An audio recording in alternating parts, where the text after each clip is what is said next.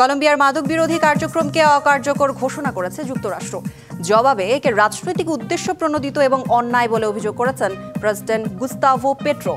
মার্কিন সরকারের এই সিদ্ধান্তের ফলে আর্থিক সহায়তা কমানো হতে পারে এমন শঙ্কা কলম্বিয়ার।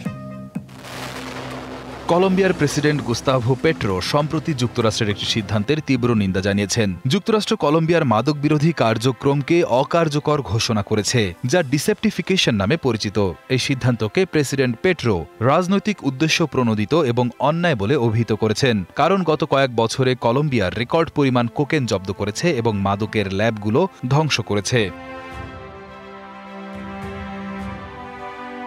যুক্তরাষ্ট্রের পররাষ্ট্র দপ্তর জানিয়েছে, কলম্বিয়া, আফগানিস্তান, বলিভিয়া, বার্মা এবং ভেনেজুয়েলা মাদক নিয়ন্ত্রণের জন্য প্রয়োজনীয় দায়িত্ব পালনে স্পষ্টভাবে ব্যর্থ হয়েছে। যুক্তরাষ্ট্রের প্রেসিডেন্ট ডোনাল্ড ট্রাম্পের একটি বিবৃতিতে বলা হয়েছে, পেট্রোর প্রশাসনের অধীনে কোকা চাষ এবং কোকেন উৎপাদন অনেক বেড়েছে। প্রেসিডেন্ট পেট্রো সম্প্রতি কলম্বিয়ার জলসীমায় একটি নৌকা ধ্বংস করার জন্য যুক্তরাষ্ট্রের সামরিক কর্মকাণ্ডেরও সমালোচনা করেছেন। তিনি এটিকে হত্যা বলে আখ্যা দিয়েছেন। তিনি যুক্তরাষ্ট্রকে আহ্বান জানান, তারা যেন নিজের দেশে প্রতি বছর প্রায় 1 লাখ মানুষের মৃত্যুর কারণ হওয়া ফেন্টানাইল মাদকের ব্যবহার কমানোর দিকে নজর দেয়। আপনার প্রিয় কাপড়ের যত্নে এলো এনজাইম সমৃদ্ধ Arik silver wash detergent powder 500 গ্রাম মাত্র 70 টাকা। প্রিমার্ক।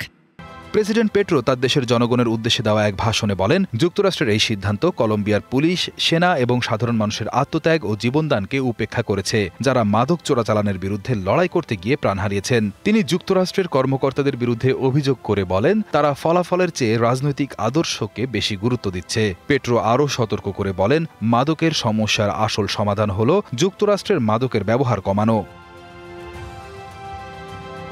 যুক্তরাষ্ট্রের এই ডিসেপ্টিফিকেশন সিদ্ধান্তের ফলে কলম্বিয়ায় তাদের আর্থিক সহায়তা কমানো হতে পারে। ইতোমধ্যে কিছু রিপাবলিকান আইন প্রণেতা কলম্বিয়ার জন্য অসামরিক সাহায্য কমানোর জন্য চাপ দিচ্ছেন। কলম্বিয়া দীর্ঘকাল ধরে মাদক বিরোধী যুদ্ধে যুক্তরাষ্ট্রের একটি গুরুত্বপূর্ণ মিত্র ছিল, কিন্তু বামপন্থী প্রেসিডেন্ট পেট্রোর অধীনে দুই দেশের সম্পর্ক কিছুটা খারাপ হয়েছে।